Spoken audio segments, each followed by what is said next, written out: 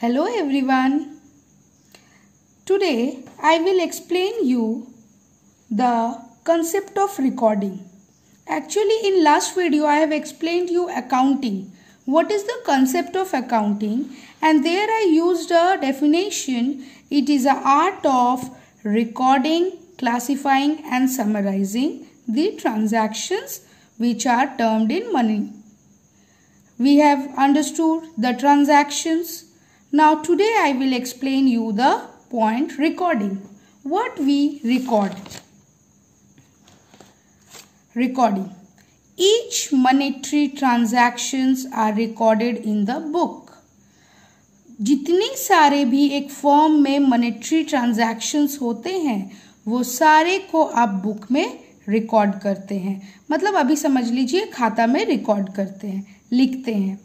कौन से ट्रांजैक्शंस? सारे पैसों से रिलेटेड ट्रांजैक्शंस. आइए देखते हैं. ए मान लीजिए एक सेलर है, इसने बी को पैसा दिया और बदले में उससे कॉपी लिया. पैसा दिया, कॉपी लिया, लेन देन हो गया, पहला ट्रांजैक्शन. दूसरा, ए सेलर अभी पैसा दे दिया. मान लीजिए ये बी होलसेलर है, पैसा दे दिया उसको, अभी नहीं लिया सामान. बी अब लाएगा सामान तब लेगा, लेकिन पैसा तो दे दिया. उधारी, क्रेडिट ट्रांजैक्शन. बी मतलब थर्ड केस देखिए. अब बी ने कॉपी दे दिया, थर्ड केस. अब ए बाद में पैसा देगा तो रिसीव किया ए ने.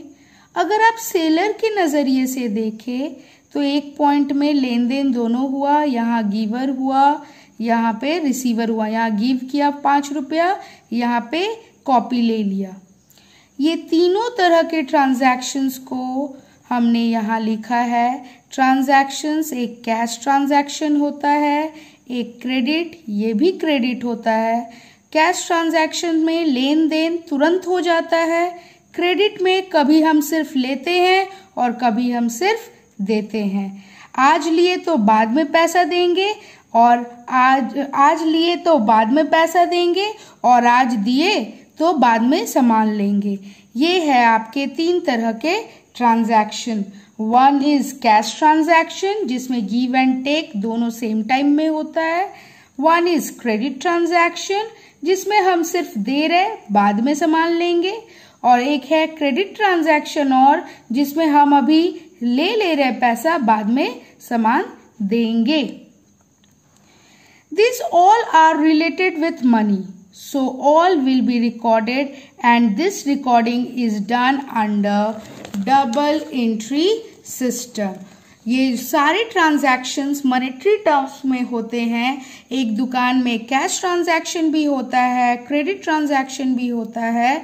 कैश मीन्स नगद लेन देन, क्रेडिट मीन्स उधार लेन देन. ये दोनों तरह के रिकॉर्डिंग को हम लोग डबल एंट्री सिस्टम के अंदर रिकॉर्ड करते हैं. चूंकि पहले बहुत लेंदी, बहुत टाइम लगता था रिकॉर्डिंग करने में, इसीलिए सर ल्यूका पैसियोली ने डबल एंट्री सिस्टम को पब्लिश किया 1494 में. ओके.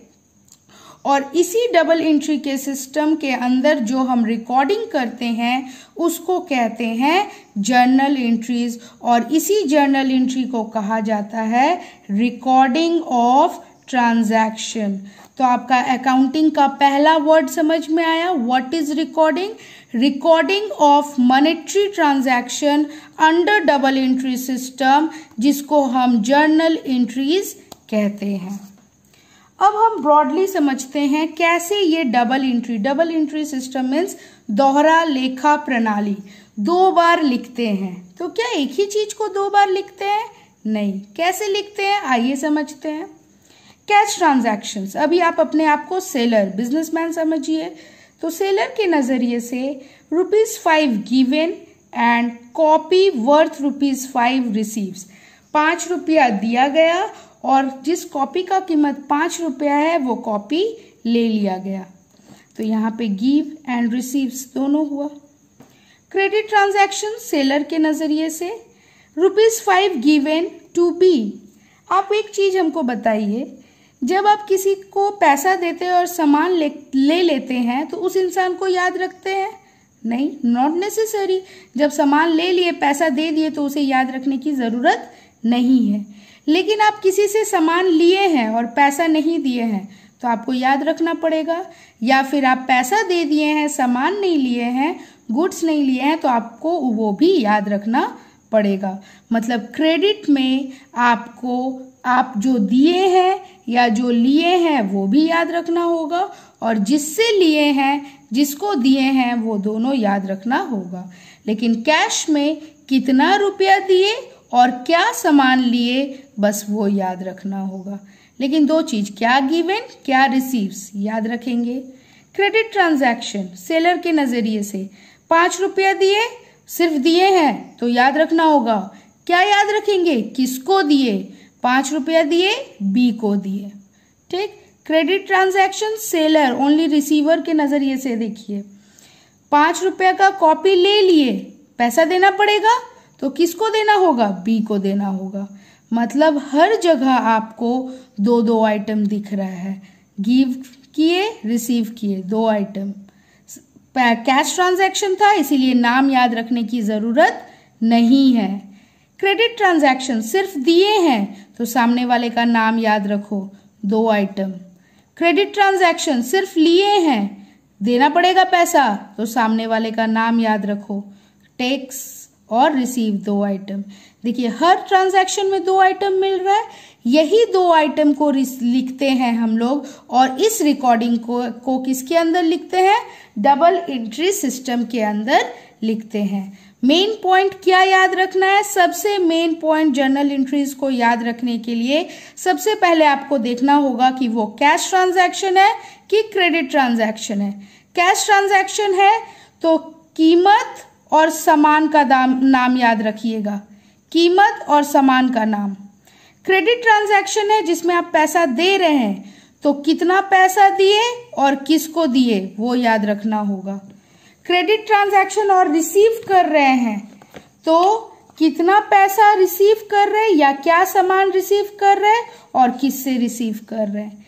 क्या क्या, फिर से एक बार रिपीट। कैश ट्रांजैक्शन में आइटम और मनी का, कितना पैसा दिए और किसको दिए, और क्या सामान लिए या कितना पैसा लिए और किससे लिए।